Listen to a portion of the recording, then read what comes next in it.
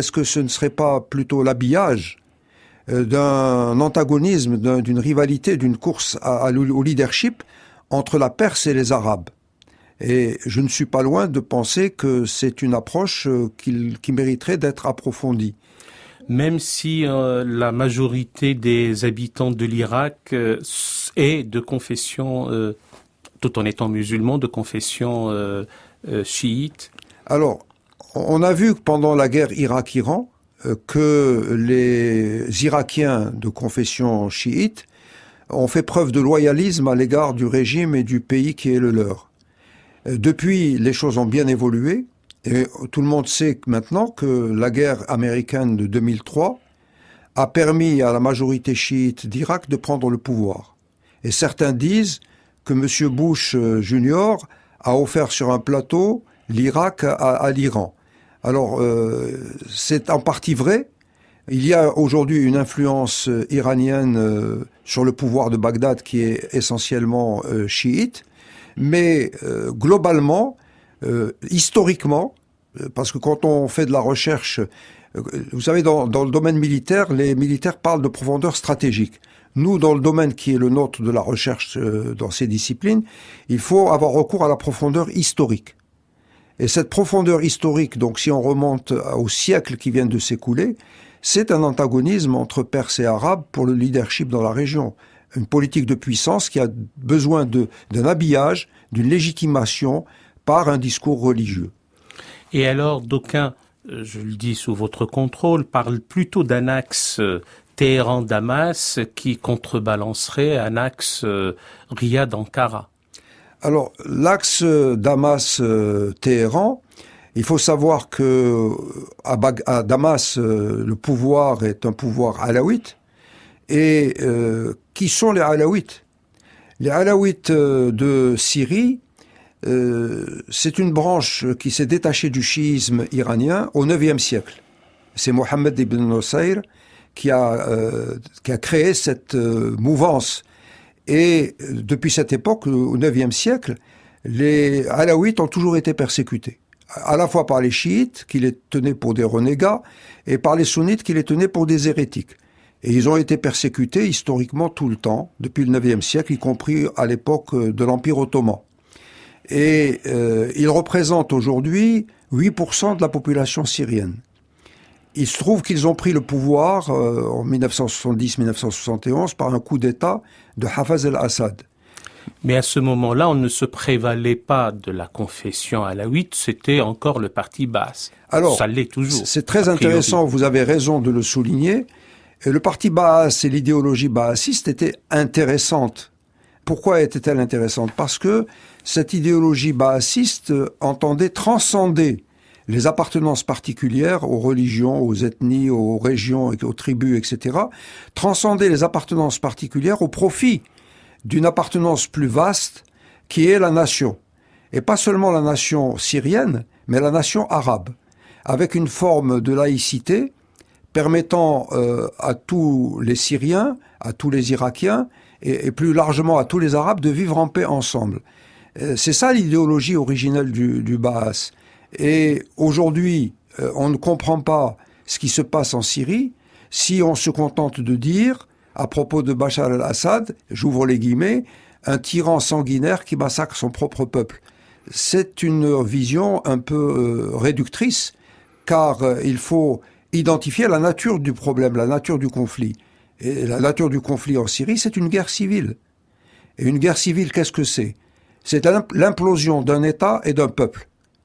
Et c'est la guerre de chacun contre tous et inversement, avec évidemment des circonstances favorables pour les ingérences étrangères qui viennent aggraver le conflit interne et qui s'entremêlent l'un et l'autre.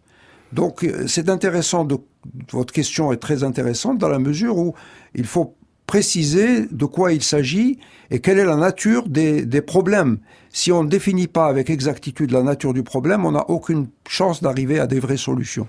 Tout comme dans les maladies, s'il n'y a pas un bon diagnostic, on ne trouvera pas la médication appropriée.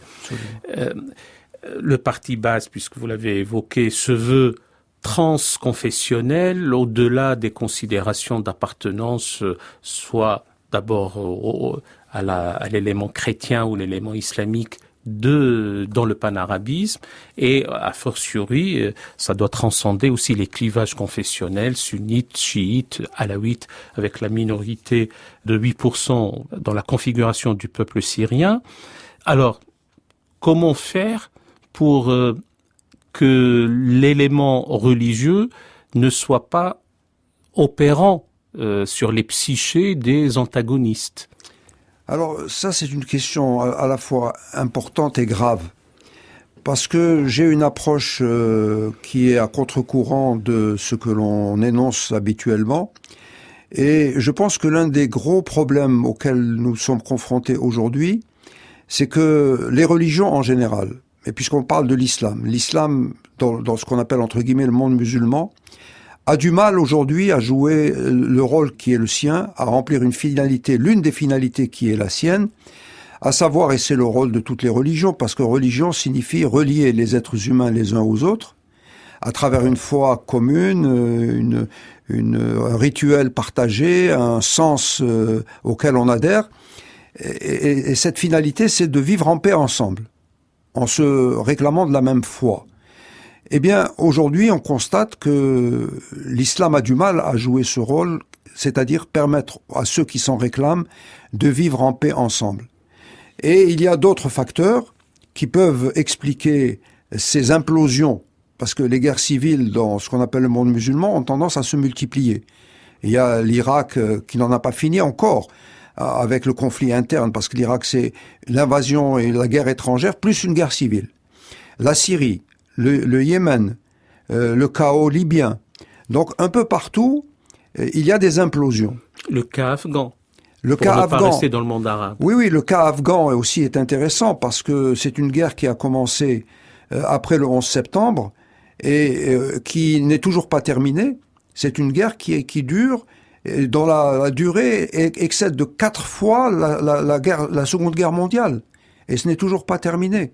Donc, moi, je vois 3 facteurs qui peuvent expliquer les difficultés que vous évoquez.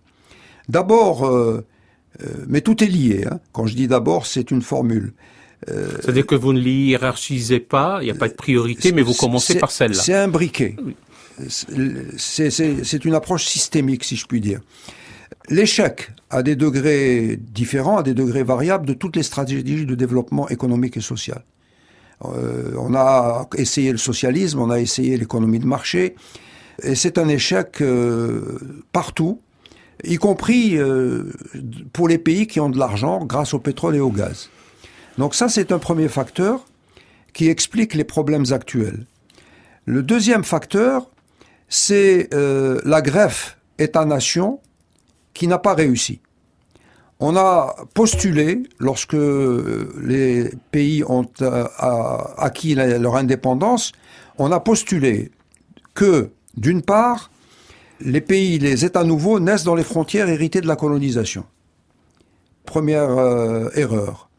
Deuxièmement, on a postulé qu'à l'intérieur de chaque frontière, il y avait des États-nations.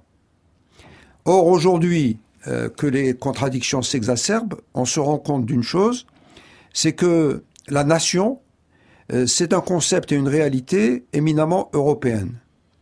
Et on a voulu transposer ces réalités et ces concepts de l'Europe occidentale en particulier à un monde qui avait d'autres références, d'autres réalités. Une configuration de type tribal? Tribal, ethnique, religieux, en tous les cas un système d'identification et d'appartenance qui n'était pas la nation, et qu'on a voulu greffer. Et aujourd'hui, cette greffe apparaît pour ce qu'elle est. La fiction de l'État-nation est en train de prendre fin. Donc, l'échec des stratégies de développement, la fin de la fiction de l'État-nation, et comme je le disais tout à l'heure, la religion qui a du mal à remplir cette finalité qui doit être la sienne, qui est de permettre à ceux qui s'en réclament de vivre en paix ensemble. Donc la conjonction de ces 3 facteurs explique à mes yeux ce qui se passe depuis une vingtaine d'années, et si malheureusement j'ai raison, eh bien nous assisterons encore à des implosions dans ce que l'on appelle de façon rapide le monde musulman.